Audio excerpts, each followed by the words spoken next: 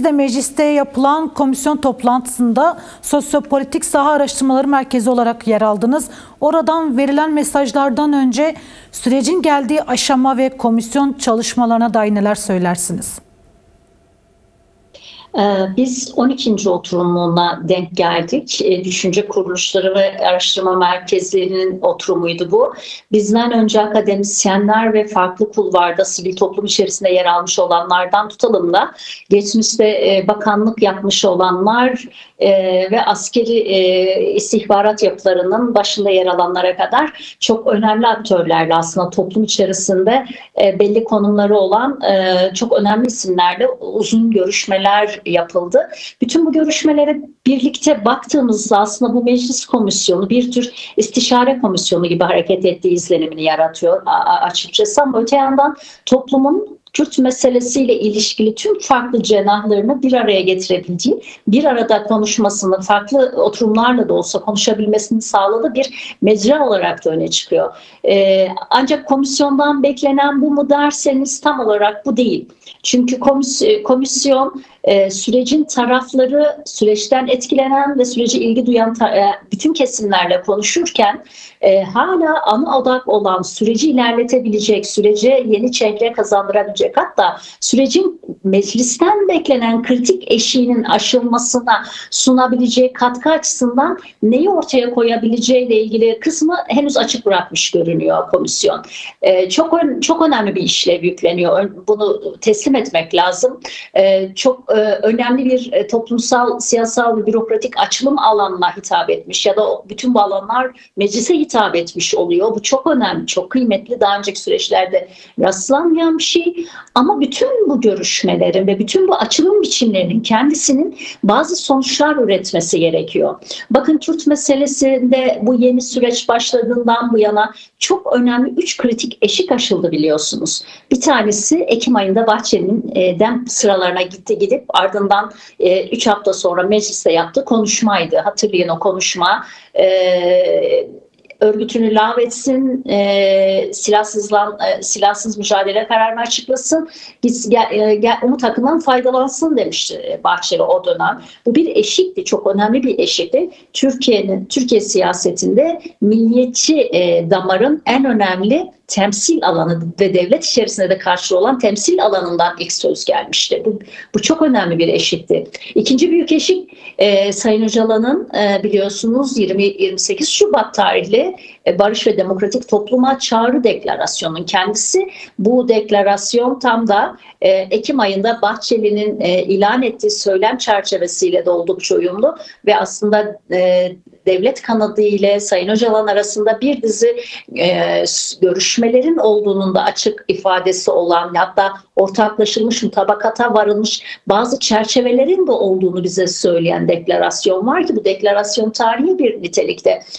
Hem Kürt meselesine yaklaşımda hem Türkiye'de paradigmal değişim ilanını yapan, bu ilana uyumlu olarak Mayıs ayında PKK'nın 12. kongresiyle almış olduğu kararın kendisi ikinci büyük eşiğin aşılmasıydı.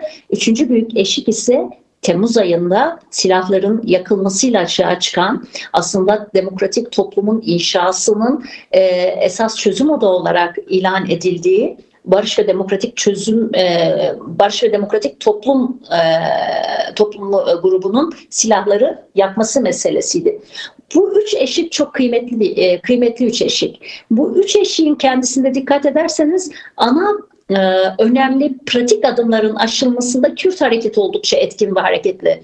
Kürt hareketine ait öğeler aslında süreci yürütebilecek radikal, oldukça cesur, oldukça dönüşü zor, köklü kararlar ilan ettiği gibi pratik uygulama eşiklerini de göstermiş bulundu.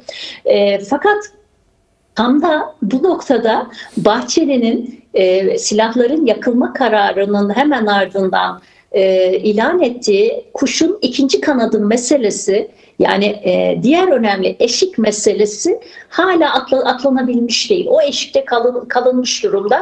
Kuşun ikinci kanadı yok. Tek kanatlı kuş gibi süreç yürüyor. Tek kanatlı bütün kuşlar ya o tek kanada yüklenir ya hiç hareket edemezler. Her ikisi de sağlıklı sonuç elde etmez. Bu komisyonun kuruluşu dördüncü büyük eşik olabilir miydi? Ya da devletten beklenen ikinci büyük eşik, ikinci büyük kırılma hanesi olabilir miydi çözüm lehine? Olabilirdi. Çünkü toplum bizim saha araştırmalarımızda da meclise ve iktidar partisine çok yüksek oranda sürecin sorumluluğunu yüklüyor. Ve aslında sürecin güvenilir biçimde yürümesi, sonuç alıcı biçimde yürümesi için meclisi birinci adres olarak gösteriyor. Tam bu nedenle meclis bünyesinde Türkiye toplumsal dokusunu temsil edenlerin neredeyse %90'ından fazlasının yer bulduğu komisyon çok önemli bir eşiğin aşılmasında önemli bir aslında köprü.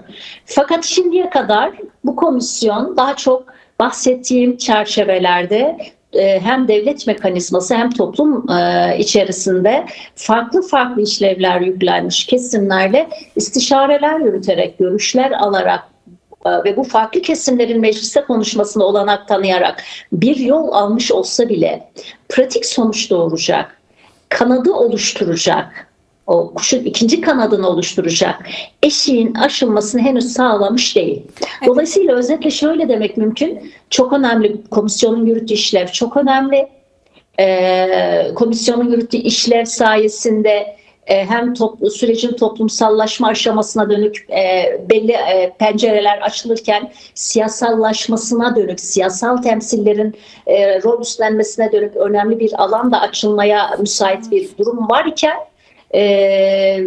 sürecin hukuksal netliklerle yürüyebilmesini sağlayacak ana ikinci eşiğin kendisi, devlet nezdindeki ikinci eşiğin kendisi henüz aşılabilmiş değil. Dolayısıyla devlet bir nevi bir yıl önce Bahçeli'nin ilan ettiği konuşmanın ve komisyon kurma kararının dışında henüz herhangi çok ciddi, cesur denebilecek ikinci bir eşiği aşmış değil. Bu komisyonun ortaya çıkaracağı kararlar, sunmayı düşündüğü teklif ve çerçevenin kendisi, genel kurulun sürecin birinci sorumluluğunu üstlenecek biçimde yalnızca siyasal, toplumsal halk ilişkiler çalışması biçiminde değil, yasal, anayasal ve bürokratik dönüşümleri sağlayacak biçimde rol üstlenmesine katkı sunabilir ise, meclisi genel kurul odaklı olarak hele sürecin ana merkezi haline getirebilirse işte o kanat o zaman aslına bakarsanız inşa olmaya başlamış olabilir. Evet, aslında meclisten beklentilere de değindiniz. Dün siz de mecliste sürece büyük bir desteğin olduğunu ancak güvenin inşa edilmediğini ifade etmiştiniz. Bunu neye bağlamak lazım? Güven inşa edecek, süreci ilerletecek adımlar neler olur, neler yapılması gerekiyor? Aslında bizim yaptığımız çalışmalarda sürece karşı güven duygusundaki sınırlılık hep birbirine yakın çıkıyor. Bunun en temel birkaç nedeni var, müsaadenle onu söylemek isterim. Birincisi insanlar iktidara güvenmiyor ya da sokağın deyimiyle biz bu devlete, bu hükümete güvenmiyoruz diyor. İnsanlar iktidara güvenmiyor. İkincisi, geçmiş süreçlerin başarısızlığının ortaya çıkardığı sonuçlar nedeniyle biraz da yeni süreçlerin de başarısız olacağına dair bir duygu hanesi çok güçlü. Geçmişin getirdiği travma demek belki, geçmiş süreçlerin getirdiği giderilememiş travma meselesi. Şimdiye kadarki tüm tartışmalarda şu hep ıskalandı. Bir süreç yaşanıyor, bozuluyor, yeni süreç başlanıyor, bozuluyor vesaire ama bütün bu bozulan süreçlerin arttırdığı şiddet dalgasının yayıldığı alanlar içerisinde toplum giderek bir travma yükleniyor.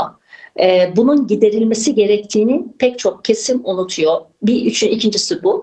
Üçüncüsü daha çok Türkiye tarafından gördüğümüz, Türkiye kesiminde daha çok Türkler nezdinde rastladığımız örgüt silah bırakmaz meselesi.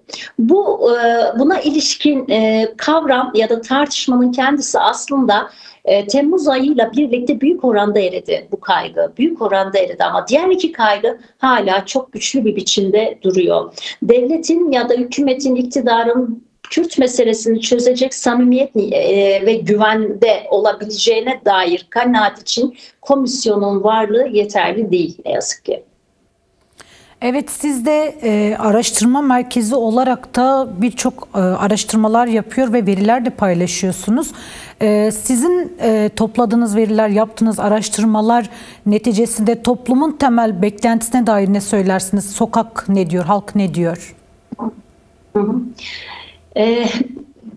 Bu vesileyle şunu da söyleyeyim. 93'ten bu yana Kürt meselesinde barış süreçlerini takip eden, içinde olan biri olarak ilk defa toplumsal temkinlilik düzlemini bu kadar yüksek ve sürekli ölçüyoruz.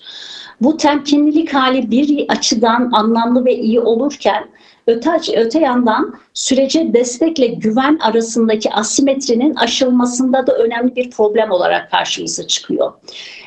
Sürece destek yoğun derken Kürtlerin aslında, özellikle Kürt sahası açısından söylersem, süreci destekleme, süreci kendileri adına yürüten aktöre güven anlamında ciddi anlamda bir sorunun olmadığını ve bu anlamda desteğini sunma konusunda, Kürt meselesinin siyasal barışçıl çözümüne dönük desteğini sunma konusunda oldukça bilinçli bir toplumsal dokuyu oluşturduğunu söylemek gerekiyor. Ama aynı dokunun kendisi devletten gelebilecek adımlarla ilgili beklentileri nedeniyle bir güvensizliğe işaret ediyor. Örneğin bir iki örnek vereyim. Bizim güvensizliği en çok ölçtüğümüz zamanlar, başlangıcı saymazsak, sürecin ilk başındaki ölçümleri saymazsak, en çok güvensizliği ölçtüğümüz zamanlar İstanbul'a operasyon yapıldığı zaman, HDK'ye dönük operasyonlar yapıldığı zaman ve kayyum atamaları, Şubat ayındaki kayyum atamalarının kendisi dönemiydi.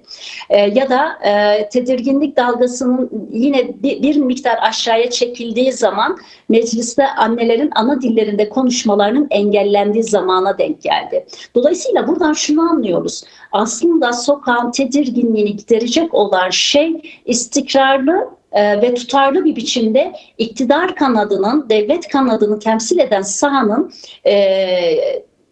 demokrasiyi ve siyaset etme alanını tahrip etmeyecek uygulamalara girmesi ve bunların genişletmesiyle ilgili görünüyor. Bu önemli. Tam da bu noktada sokağın tedirginliğinin giderilmesinin en önemli, en başat koşullarından bir tanesi siyasetin süreç karşısındaki duruşunu demokrasi ve özgürlükler lehine daha pozitif ve yapıcı bir dille ilan etmesi olurdu. Düşünün, hala bu sürecin kendisine terörsüz Türkiye gibi bir kavramla yöneliyor resmi ağız. Evet. Terörsüz Türkiye'nin yerine ortak, özgür ya da demokratik Türkiye süreci dese, emin olun sokağın duygusunu çok daha fazla pozitif anlamda tetiklemiş olacaklardır. Yine bu sürece karşı temkinliliğin en önemli gerekçelerinden bir tanesi şu: süreç başladığında fesih ve ilan kararlarının ardından Öcalan'ın umut hakkının tanınacağına dair beyanlara ait hiçbir girişimin olmuyor olması ve hatta kimi görüşmeler dışında tecrit ve mahpusluk düzleminin sürdürülüyor olmasının kendisinin getirdiği tedirginlik. Baş müzakerecinin bu koşullarda tutuklu ve tecriti her an rahatlıkla uygulayabilecek bir siyasi ve bürokratik idare nezdinde varlığı sokağın güvenilerek sürece dahil olmasını engelleyen unsurlardan bir tanesi. Çünkü kaba anlamıyla söylersen müzakere masasının silahları eşit görünmüyor. Eşitliğe yakın da görünmüyor. Bunun giderilmesi gerekiyor.